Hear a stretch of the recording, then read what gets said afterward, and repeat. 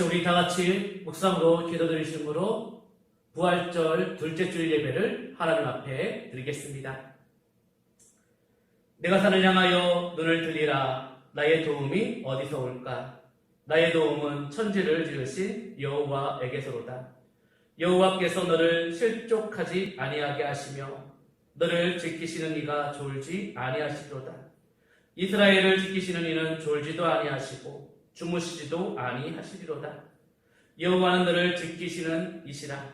여호와께서 내 오른쪽에서 내 그늘이 되시나니 낮의 해가 너를 상하게 하지 아니하며 밤의 달도 너를 해치지 아니하리로다. 아멘. 하나님 아버지, 하나님의 큰 놀라운 사랑을 감사드립니다. 우리에게 복된 주일을 허락하여 주시고 우리를 예배의 자리로 나와서 하나님을 예배할 수 있도록 은혜 베푸시니 감사합니다. 코로나19로 인해서 오늘 또한 비대면으로 예배를 드립니다. 우리가 어느 곳에 있든지 하나님을 온전히 경배하며 예배할 수 있는 우리 모두가 되게 하여 주시옵소서. 그곳에서 또 순간순간들마다 하나님만을 온전히 높이며 나아가게 하여 주시고 또 그곳에서 또 지내는 동안 성령의 충만함을 힘입어서 주님의 뜻대로 살아가는 우리 모두가 되게 하여 주시옵소서. 감사드리오며 사랑 많으신 예수님의 이름으로 기도드립니다. 아멘. 찬송가 28장 찬송 드리겠습니다.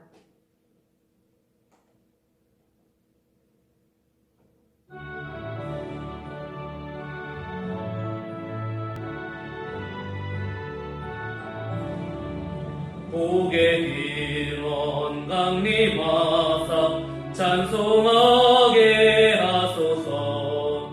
한량없이 자비하신 증량할 길 없도다. 천사들의 찬송가를 내게 가르치소서. 구속하신 그 사랑을 항상 찬송합니다. 주의 크신 도움받아 이때까지 왔으니 이와 같이 천국에도 이르기를 바라네.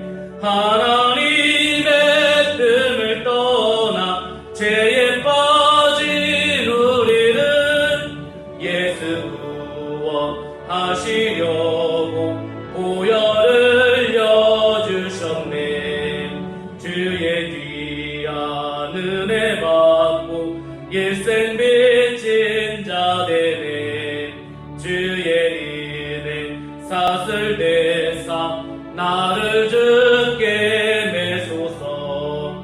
우리 마음은 연약하여 범죄하기 쉬우니 하나님이 받으시고 천국인을 지소서.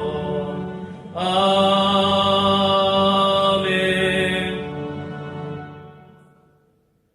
우리 주보에 있는 공동기도 한 목소리로 기도하겠습니다. 찬양과 영광을 받으실 주님, 부활의 감격이 아직도 생생하게 살아있는 부활절 두 번째 주일에 저희들을 예배의 자리로 불러주시니 감사합니다. 부활하신 몸으로 찾아오셔서 사도들에게 보이시고 도마에게 보이시며 성도들에게 보이신 것과 같이 주님, 오늘 예배하는 저희들에게도 찾아오셔서 영광의 몸을 보여주옵소서.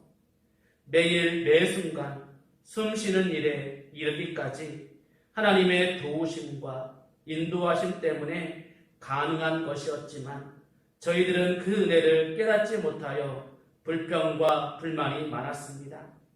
작은 성취를 이루면 내가 능력이 있어 된 것이냐 자랑했습니다. 아나무인 교만하게 행동하다가 형제와 이웃에게 외면을 당하고 이제 저희들의 손에는 쥐엄나무 열매 하나도 남아있지 않게 되었습니다. 이 모두가 하나님을 떠나 살았던 죄의 결과임을 깨닫습니다. 주여, 참 마음으로 회개하며 돌아왔사오니 용서하여 주옵소서.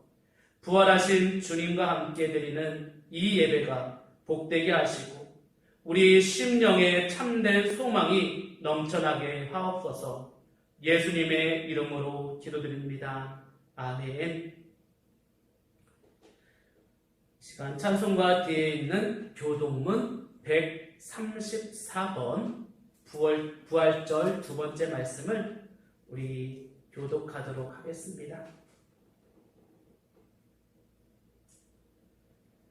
내가 받은 것을 먼저 너에게 전하였노니 이는 성경대로 그리스도께서 우리 죄를 위하여 죽으시고 장사 지낸 바 되셨다가 성경대로 사흘 만에 다시 살아나사 게바에게 보이시고 후에 12제자에게와 그 후에 500여 형제에게 일시에 보이셨나니 그 중에 지금까지 대다수는 살아있고 어떤 사람은 잠들었으며 그 후에 야고보에게 보이셨으며 그 후에 모든 사도에게와 맨 나중에 만삭되지 못하여 난 자 같은 내게도 보이셨느니라.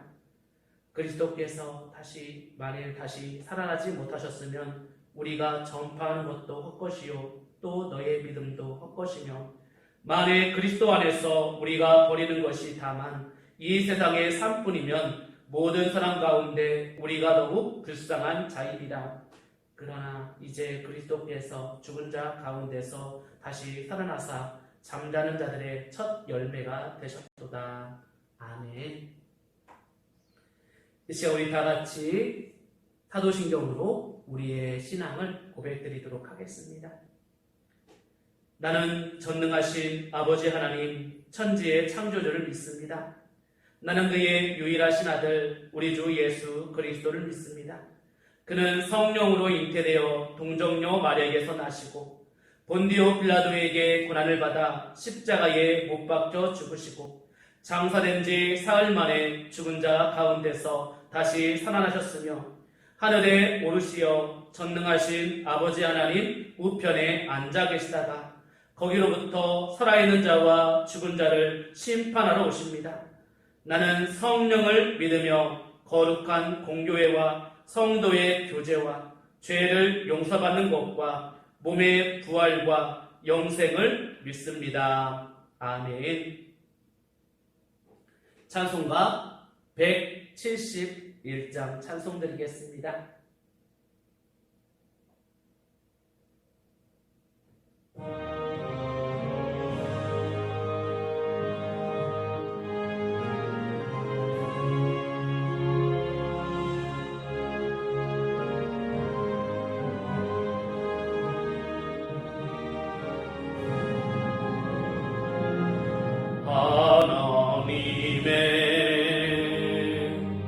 독생자 예수 나를 위하여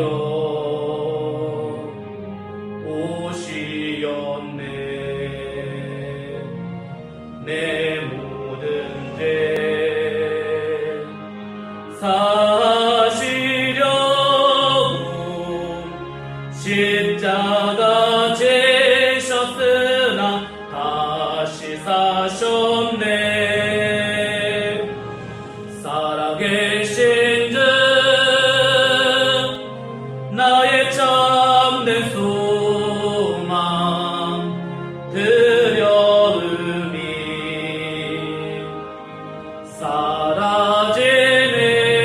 사라지는 사랑의 주 내가 있길 인도하니 내 모든 삶의 기쁨 늘 충만하네. 주 안에서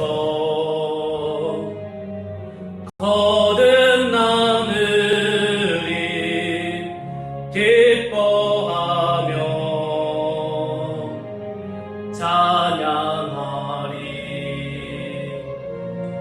가슴 속에 넘치는 확신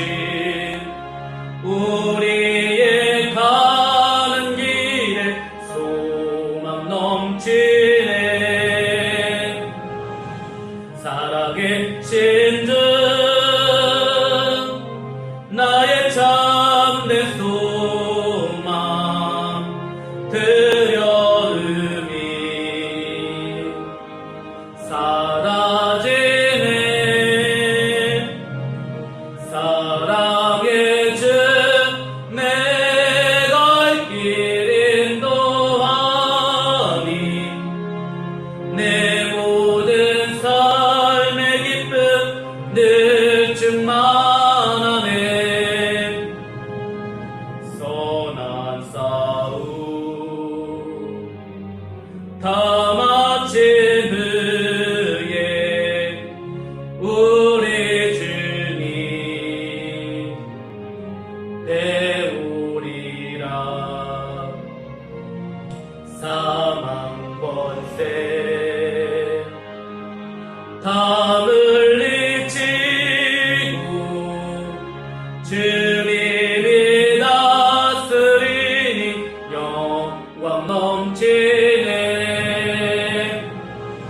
살아계신 주 나의 참된 소망 두려움이 사라지네. 사랑의 주 내가 길 인도하니 내 모든 삶의 기쁨 늘 충만하네.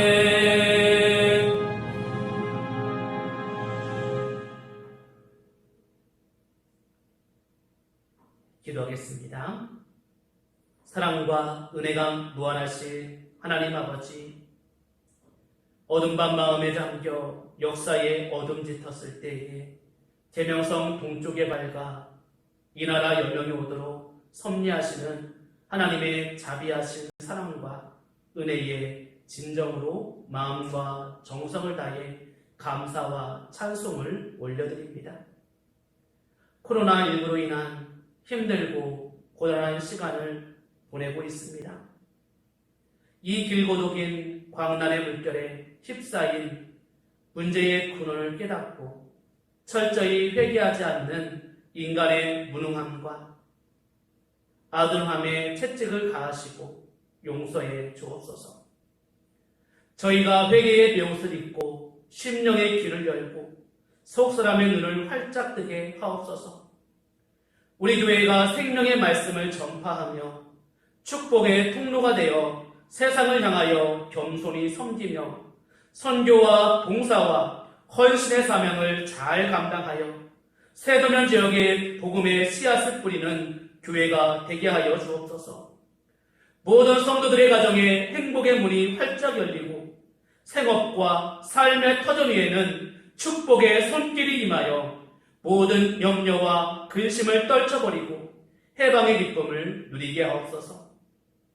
코로나19로 인해 대면으로 예배드리지 못하고 비대면으로 가정과 일터에서 예배드리는 믿음의 자녀들이 말씀과 기도와 찬송을 통하여 광대하신 하나님의 힘과 능력을 공급받고 불가능을 가능하게 하는 승리자가 되어 모든 문제를 해결받을 수 있도록 인도하여 주옵소서.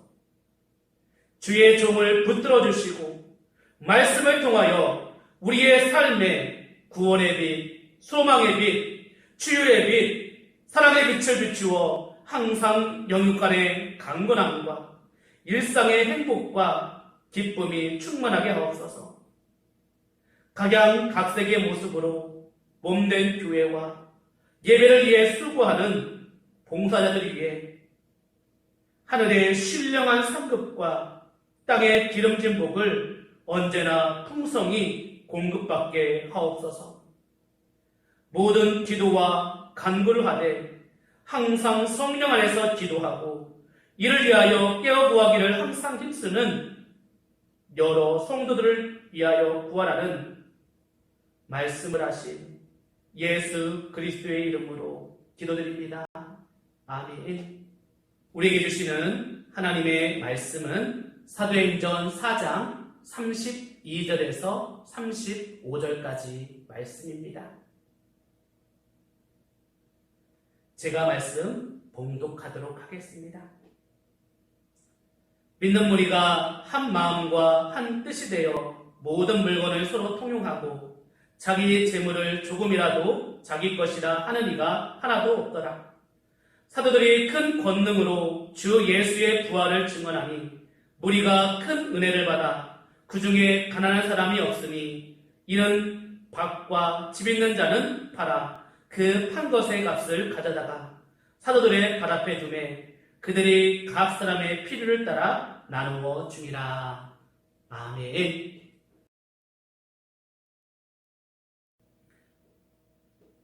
할렐루야. 여러분 행복하십시오. 여러분 성령 충만하십시오. 오늘도 복된 주일입니다. 지역의 코로나19 환자들이 증가함에 따라서 오늘은 비대면으로 예배드립니다. 또 가정에서 또 일터에서 또 예배드리는 우리 귀한 성도님들 내 삶 속에 하나님의 사랑과 넘치는 축복이 함께 하시기를 주님의 이름으로 축원해 드립니다. 오늘 설교 본문의 이야기는 사도행전만이 아니라 다른 신약 성경에서도 찾아보기 힘든 내용들이 기록되어 있습니다. 초기 기독교 공동체의 특이한 모습이 간략하게 서술되었습니다. 예수 믿는 사람들이 한 마음과 한 뜻이 되었다는 말로 시작하고 있습니다.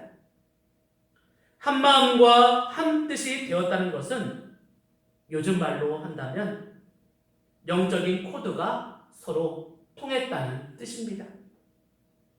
그들은 자기 재물을 자기의 것으로 여기지 않았다고 말합니다. 오늘 우리의 시각으로 보면 이해하기가 힘듭니다. 본문에 이어지는 구절에 보면 바나바가 자기의 밭을 팔아 사도들에게 가져왔다고 합니다. 그리고 또 이어지는 사도행전 5장에는 아나니아와 삽비라 부부가 나옵니다. 이들 부부는 재단을 처분한 돈의 일부를 감춘 다음에 일부만 사도들 앞에 가져왔다가 그 속임수가 들통나면서 돌연사를 합니다. 본문에서 정작 중요한 것은 교회 구성원들 중에서 가난한 사람이 없었다는 이야기입니다. 34절과 35절 말씀을 읽겠습니다. 그 중에 가난한 사람이 없으니 이는 밭과 집 있는 자는 팔아 그 판 것의 값을 가져다가 사도들 발 앞에 두매 그들이 각 사람의 필요를 따라 나누어 줍니다. 초기 기독교인들의 생활 수준은 전반적으로 볼 때 매우 낮았습니다. 노동자들도 있었을 테고 여성들도 있었을 것입니다.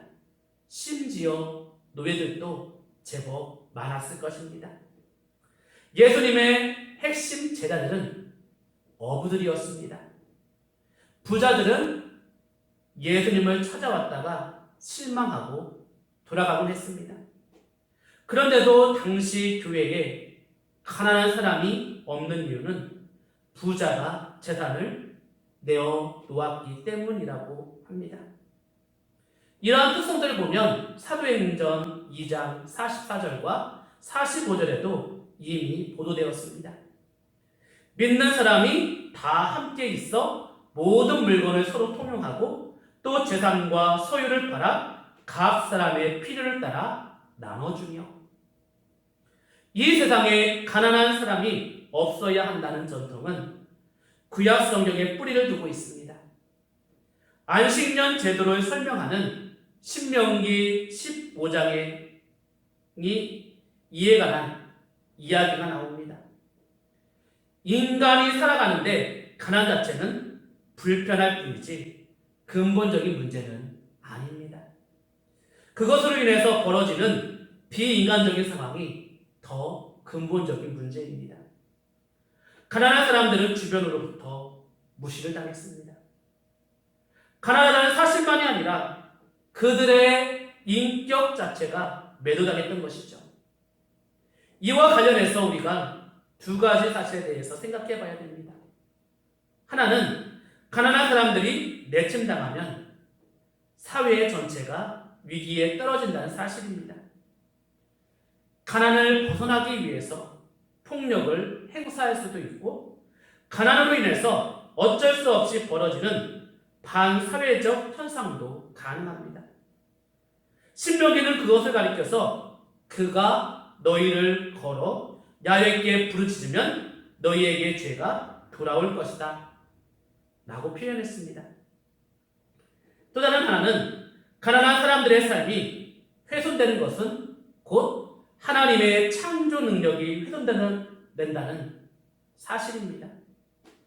성경은 모든 사람이 하나님의 형상으로 지음받았다고 말합니다. 모든 사람들이 인간으로서의 품격이 손상당하면 안 된다는 뜻입니다. 초기 기독교는 가난한 사람이 없는 교회를 만들기 위해서 특단의 방식을 선택했던 것으로 보입니다. 상대적으로 여유가 있는 신자들이 재산을 팔아서 가난한 사람들에게 필요에 따라 나누어 주었던 것이죠.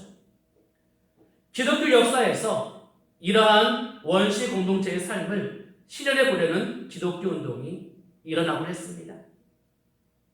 그 대표적인 예가 수도원 운동입니다. 수도원에서는 모든 것을 공동으로 합니다. 가난하게 평준화되는 삶입니다. 수도사들의 방은 작고 소박했습니다. 침대나 책상과 성경과 수도복이 전부였습니다. 같은 시간에 일어나서 함께 기도하고 또 함께 식사하고 함께 노동하면서 하루를 보냈습니다. 수도사가 되려면 출가를 해야 하기에 일반 기독교인들에게는 현실적인 방식이 아닙니다. 현대 역사에서 가장 대표적인 운동은 공산주의입니다. 그들은 말 그대로 사유 재산을 인정하지 않고 모든 것을 공동으로 소유한다고 생각하고 능력만큼 일하고 필요한 것만큼 가져간다는 구호를 실제 삶에 실현시켜 보려고 했습니다. 수도원 운동의 세속화라고 할 수 있습니다. 그들은 이념적으로 옳았습니다. 역사적으로 보면 공산주의는 실패했습니다. 인간의 욕망을 간과했기 때문입니다. 공산주의와의 경쟁에서 승리한 오늘날의 자본주의, 즉 시장주의 역시 인간다운 세상을 만드는데 실패한 것은 마찬가지입니다. 오늘 우리는 거의 시장 만능주의 체제 아래서 각자 도생의 방식으로 살아가고 있습니다. 이러한 체제 아래서 교회는 자신들의 오래된 전통을 줄기차게 외쳐야 했습니다. 가난한 사람이 없는 세상을 향해서 나아가야 한다는 사실을 선포해야 합니다. 이것은 단순히 정치 투쟁이 아니라 신앙적인 비전입니다. 생명의 본질에 대한 투명한 통찰을 통한 신앙 고백이자 기도인 것입니다. 이러한 신앙 고백의 단초는 자기 재물을 자기 것이라고 주장하지 않았다는 사실입니다. 이란 말이 오늘 우리에게는 이해되지 않는다고 말씀드렸습니다. 자기 것이라고 여기는 재물도 원래는 자기 것이 아니었습니다. 여기 연봉 1억 원을 받는 사람이 있다고 합시다. 그는 저축하고 땅을 사고 파는 과정에서 돈을 남겨서 20억 원의 상당한 재산을 모았습니다. 재산 형성 과정에는 자신의 노력만이 아니라 다른 이들의 노력도 포함됩니다. 대학 교수라고 한다면 학생들이 있었기에 그들은 월급을 받을 수 있습니다. 사업가라고 한다면 사업에 관련된 여러 사람들의 노력이 있었기에 그는 돈을 모을 수 있는 것입니다. 농사를 짓는 것도 마찬가지입니다. 태양빛이 있어야 됩니다. 그리고 물이 있어야 됩니다. 또 미생물들이 도와주었기에 농산물을 지을 수가 있는 것입니다. 사람에게는 원래 자기 것이 하나도 없습니다. 우리 생명마저도 하나님의 선물인데 다른 것이야 더 말할 필요가 있겠습니까? 상황이 이런데도 자기 재물을 자기의 것이라고 주장하는 건 인간의 역사와 세상에 대한 착각이고 왜곡이고 고집인 것입니다. 그리고 모든 재물은 결국 없어지기 마련입니다. 중간에 없어지기도 하고 또 용케 운이 좋아서 늙어서까지 손에 쥐고 있다 하더라도 죽으면 모든 것이 없어지는 것입니다. 이걸 모르는 사람은 물론 없죠. 자기 인생을 조금이라도 성찰하는 사람이라면 다 아는 이야기입니다. 공술의 공수거라는 말이 있지 않습니까? 그런데도 실제로는 자기 것을 끝까지 고집스럽게 집착하는 이유는 거기서 자기 삶을 확인하기 때문입니다. 이러한 삶의 태도가 현재 대한민국 사람들에게 유달리 강하게 나타나고 있습니다. 그래서 흔히 말하듯이 경제 수준은 꽤나 높아졌지만 삶의 질은 바닥으로 떨어지고 있는 것입니다. 이 세상이 부의 지배를 받고 있으니 개인적으로 자신과 세상을 아무리 성찰해도 자기 재물에 집착할 수밖에 없다고 말입니다. 마태, 마가, 누가복음에 다 나오는 이야기가 있습니다. 어떤 사람이 예수님께 와서 영생에 관해서 질문을 합니다. 예수님께서는 어릴 때부터 율법을 잘 지키면서 모험적으로 살았던 그 사람에게 소유를 팔아서 가난한 사람들에게 나눠준 다음에 예수님을 따르라고 말씀하십니다. 그러자 이 사람이 부자인 거로 실망해서 돌아갔다고 말합니다. 이게 바로 인간의 실상인 것입니다. 자기 재물을 자기 것으로 고집을 피우지 않는다는 생각은 그냥 주어지지 않는 것입니다. 자기 성찰을 수행함으로써 어느 정도 생각을 정리할 수는 있지만 그것이 실제 삶의 능력으로 자리를 잡으려면 더 근본적인 경험이 필요한 것입니다. 어떠한 사실을 단순히 아는 것과 그것을 실제로 살아내는 것은 다른 차원이기 때문입니다. 본문 33절이 근본 경험을 말합니다. 사도들이 큰 권능으로 주 예수의 부활을 증언하니 우리가 큰 은혜를 받았더라. 예수 부활에 대한 증언을 들은 당시 회중들은 큰 은혜를 받았다고 말합니다. 궁극적인 생명을 경험했다라는 뜻입니다.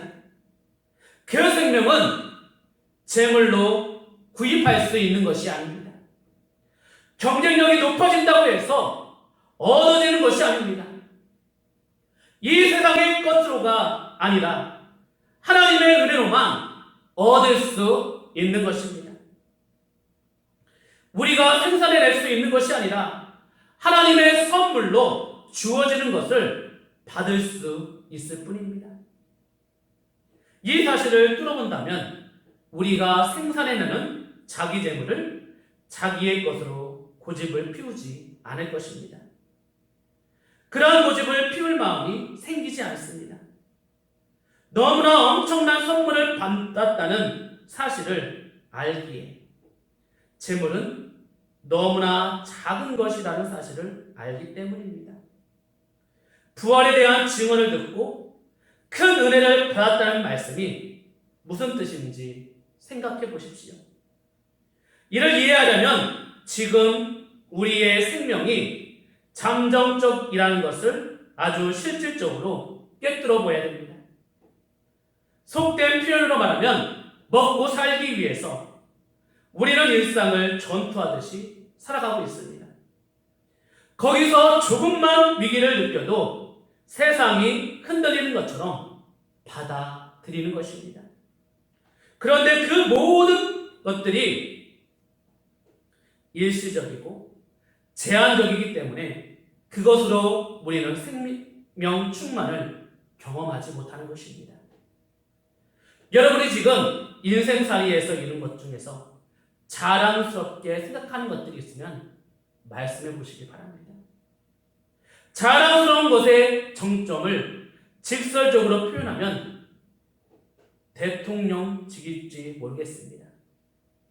거기에는 가장 큰 권력과 명예가 집중되어 있기 때문입니다. 지금 2명의 전직 대통령이 구치소에 수감되어 있습니다.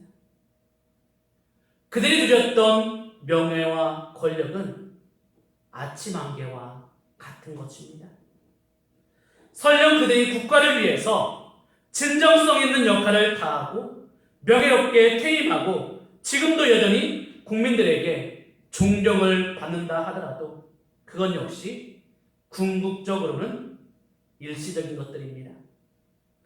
우리가 피조물로 세상을 살기에 인생 전체가 총체적으로 잠정적일 수밖에 없는 것이죠.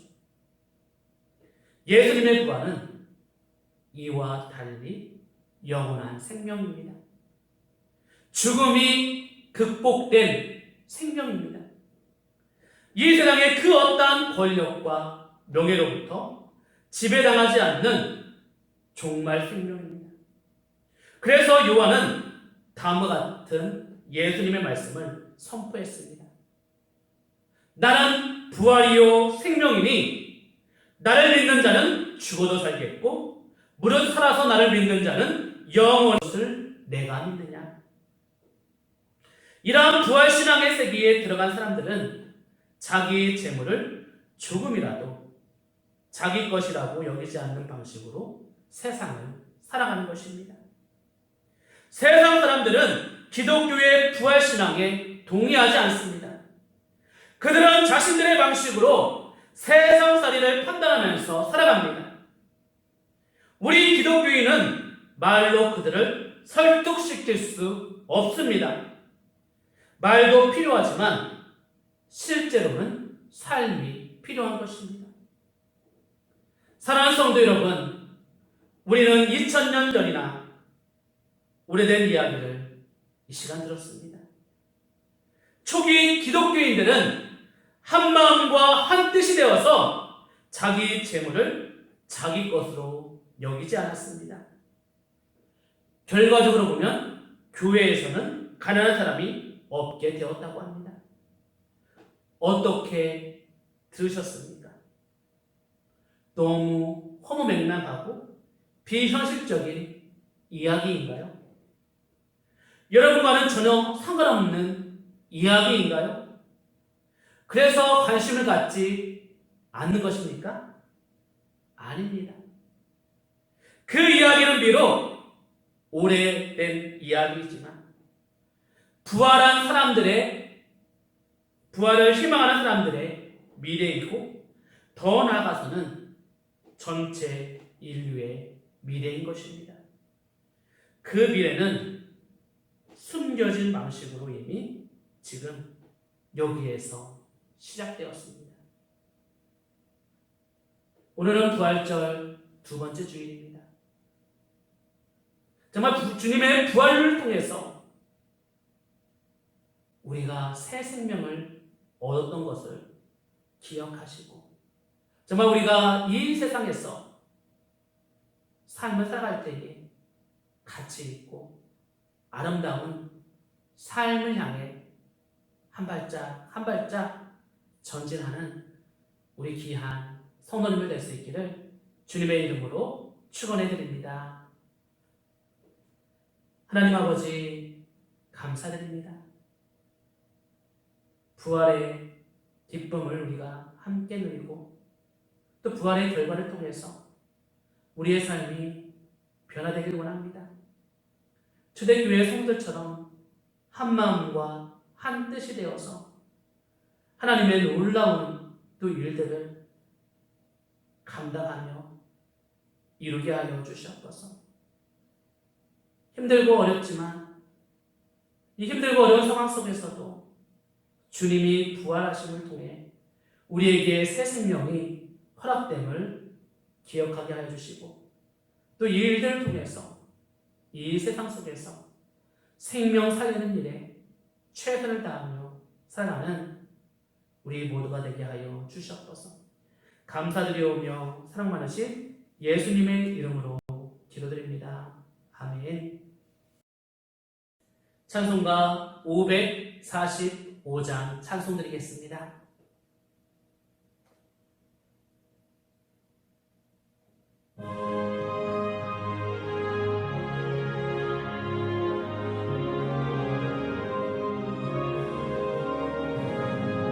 이들의 아무 증거와 리베여도 믿음만을 가지고서 늘 걸으며 이기에 아무 소리 아리 들려도 하나님의 약속 위에 서리라. 걸어가세 믿음 위에 서서 나가세 나가세 의심 버리고 걸어가세 믿음 위에 서서 눈과 귀에 아무 증거 없어도 이 눈이 보기에는 어떠하든지 이미 얻은 증거대로 늘 믿으며 이 맘에 의심 없이 살아갈 때에 우리 소원 주 안에서 이루리. 걸어가세 믿음 위에 서서 나가세 나가세 의심 버리고 걸어가세 믿음 위에 서서 눈과 귀에 아무 증거 없어도 주님의 거룩함을 두고 맹세한 주 하나님 아버지는 참 미쁘다. 그 귀한 모든 약속 믿는 자에게 능치 못할 무슨 일이 있을까. 걸어가세 믿음 위에 서서 나가세 나가세 의심 버리고 걸어가세 믿음 위에 서서 눈과 귀에 아무 증거 없어도.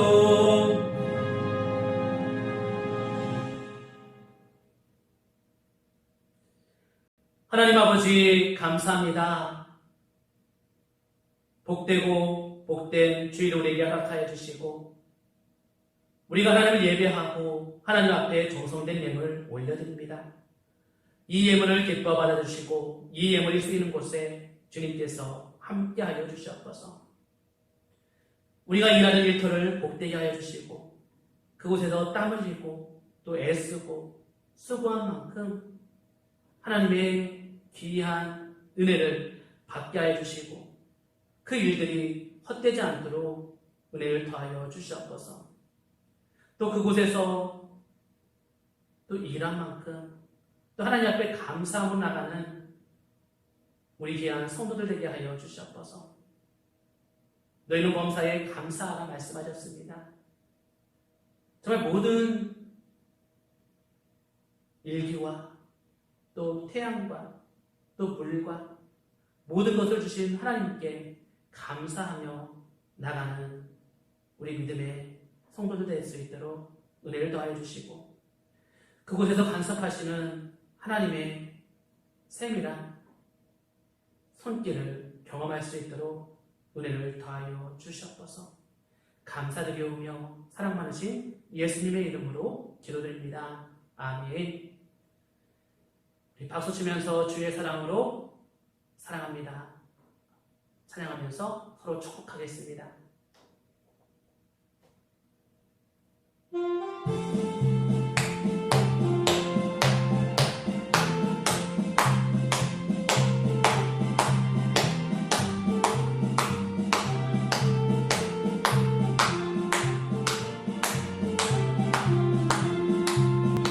주의 사랑으로 사랑합니다. 주의 사랑으로 사랑합니다. 형제 안에서 주의 영광을 보내 주의 사랑으로 사랑합니다.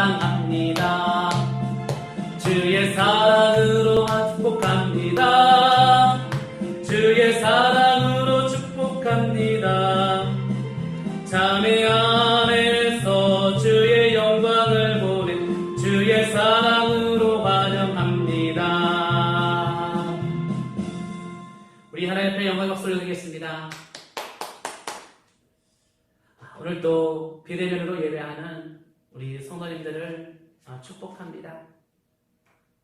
우리의 가정과 또 우리가 일하는 일터가 하나님이 주신 기업이고 또 하나님이 우리에게 베푸신 사랑임을 기억할 수 있길 바랍니다. 예배 안내 드리도록 하겠습니다. 지역의 코로나 확진자가 증가하고 있습니다. 이번 주일 낮 예배와 그리고 말씀 세미나는 비대면으로 드리겠습니다. 그리고 주중 저녁 기도회는 계속 진행됩니다. 또 오셔서 또 기도해 주시길 부탁드리고요. 지금 수요 기도회는 군내 또 연락이 있으면 보이게 되면 연락을 드리도록 하겠습니다. 창립 기념주일 안내입니다.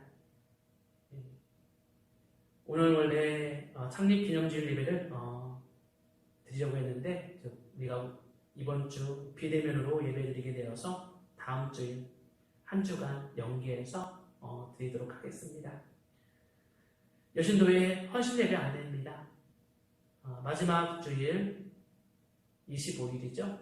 마지막 주일에는 여신도의 헌신 예배로 드립니다. 여신도 회원들께서는 기도로 준비해 주시기를 부탁드립니다. 이 시간 우리 다 같이 일어나셔서 우리 찬송가 53장 찬송 드리겠습니다.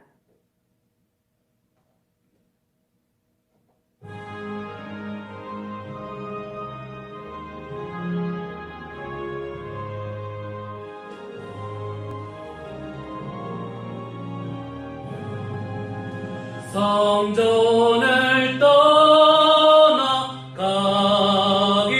전 머리를 숙일 때 주께서 함께 계시고 복 내려 주소서.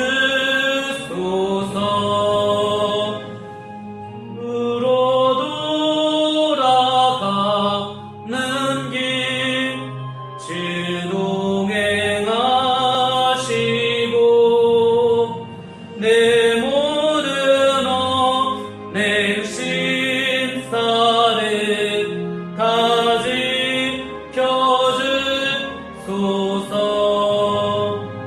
거룩한 날이 다가고 저녁이 되도록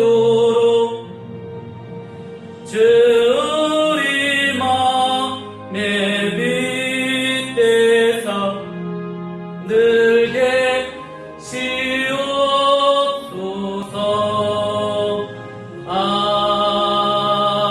아멘. 하나님 아버지 감사합니다. 이 시간 주의 말씀을 받고 가정과 또 일터로 또 우리가 사는 공동체로 나아갑니다. 오늘 주신 말씀을 통해서 부활이 생명이 있고 그 생명이 많은 사람들과 더불어 살아가는 가운데 서로에게 위로가 되고 힘이 될 수 있는 우리 모두가 될 수 있도록 은혜로 우리를 붙들어 주시옵소서. 나 혼자만이 살아가는 것이 아니라 더불어서 한 마음과 한 뜻으로 살아가는 우리 귀한 베델 공동체 될 수 있도록 주님 축복해 주시옵소서. 그래서 이 지역에 믿지 않는 많은 영혼들을 구원해내고 그들과 함께 아름답게 신앙생활하며 나가는 우리 모두가 될 수 있도록 주님 붙들어 주시옵소서. 지금은 우리 주 예수 그리스도의 은혜와 하나님 아버지의 크고 놀라운 사랑과 성령님의 감화 감동 교통 이루하시니 오늘 가정과 또 일터에서 믿음으로 예배드리는 주의 백성들 머리 위에 그리고 그 일터 위에 이제부터 영원까지 함께 하시기를 간절히 축원하옵나이다. 아멘.